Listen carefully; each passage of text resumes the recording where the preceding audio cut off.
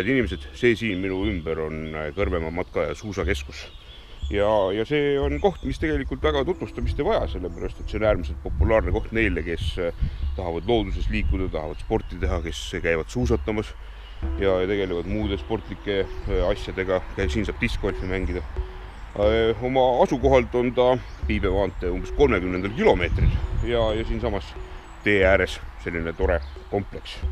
Aga mitte sellest ei tahtnud ma rääkida, ma tahtsin rääkida Kõrvemaa matkakeskuse muudest võimalustest, sest lisaks kogu sellele sportlikule aktiviteedile, mis ma just ette lugesin ja millest suur osa lugemata jäi, on siin ka võimalik teha selliseid paiksemaid tegevusi ja üks nendest paiksematest tegevustest on ööbimine. Siin platsi peal on üks selline pisikene palkmaja, mida ma aastaid pidasin tegelikult hoopiski saunaks. Aga nüüd tuli välja, et see ei ole saun. See on üks selline pisikene tore majakene, nagu väike päkapiku maja siin keset seda toredat oaasi. Ja siin on olemas iseenesest kõik võimalused, mida üheks selliseks mugavaks koduväliseks ööbimiseks vaja on.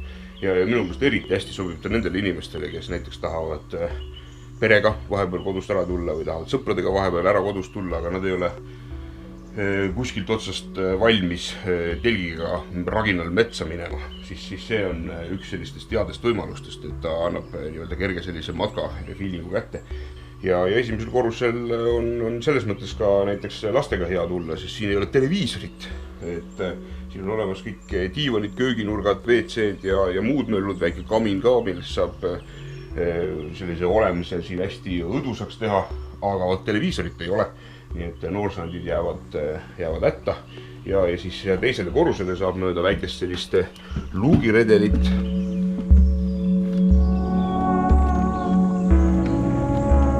Ja siin teisel korrusel on siis põhimõtteliselt ainult aken ja siis on madrassid maas koos kõikide magamiseks vajalike asjadega. Ja niisama mõnus selline pisikene tops see maja ongi, et need inimesed, kes näiteks ei taha esimese hooga kohe sääskedrikkasse metsa minna või käbide peal magada või inimesed on erinevad, ega inimestel luuid ka erinevad, siis see on näiteks mõnus asi. 30 kilti Piibe maanteed mööda sõita ja oletegi siin ja täpselt mõnus koht, kuhu siis tulla ja selline koduväline öö veeta.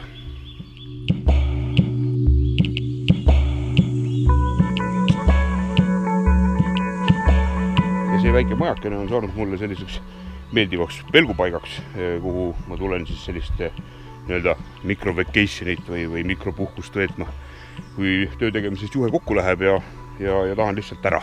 Muidu ma eelistan küll katusetelgiga kuskil metsas olla, aga vahel on ilm nii halb, et sellises väikeses majakeses on palju mõnusam olla. Tuled õhtul siia, sõidad sutsasti kohale, mingi 40 minti tuleb Tallinnast, 45 minti tuleb Tallinnast ja siis magad öö ära ja hommikul lähed siit sipsti tööle tagasi. Aga see majutuse asi ei ole ainukene sugugi siin Kõrvemaal, siin on veel selliseid häid kohti, kus mitte väga aktiivset meeleolukat õhtut veeta. Ja siin on ka kaks sellist salapärast grillikohta, millest ka millegipärast osad inimesed mitte midagi ei tea. Üks on siis selline grillimaja, kus on olemas sees kõik eluks vajalik, külma ilmaga näiteks talviti või see vihmase ilmaga tulla oma seltskonnaga siia grillima, siin on aknad ümber.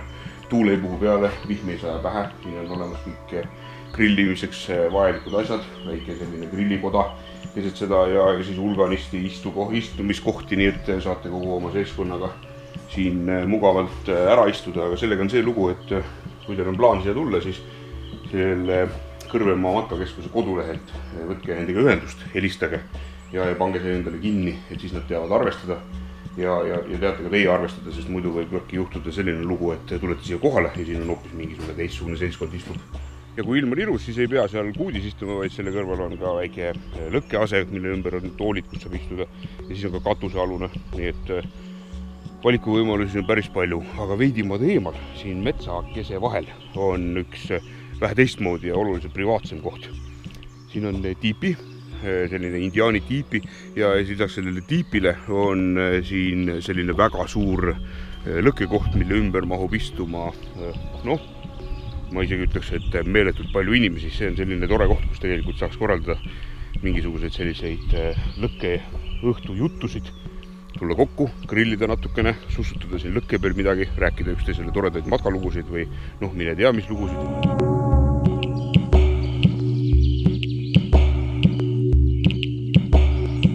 kujutate ette, tulete oma sõpradega siia, lapsed on kaasas ja senikaua, kuni te seal väljas istute ja grillite ja ajate oma vanainimese juttusid, siis senikaua saavad lapsed siin selles indiaani tiipis maha pidada täitsa või sellise täiesti teistsuguse mängukogemuse.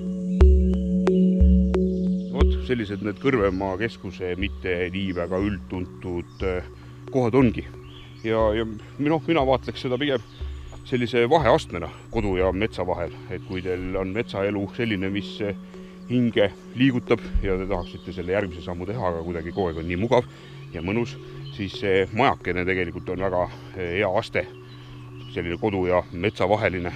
Tulete korraks siia välja, veedate siin lastega ja perega koos ühe öö ja järgmine kord juba saate teha järgmise sammu ja üsna pea ongi telk, mets, käbid ja kogu loodus.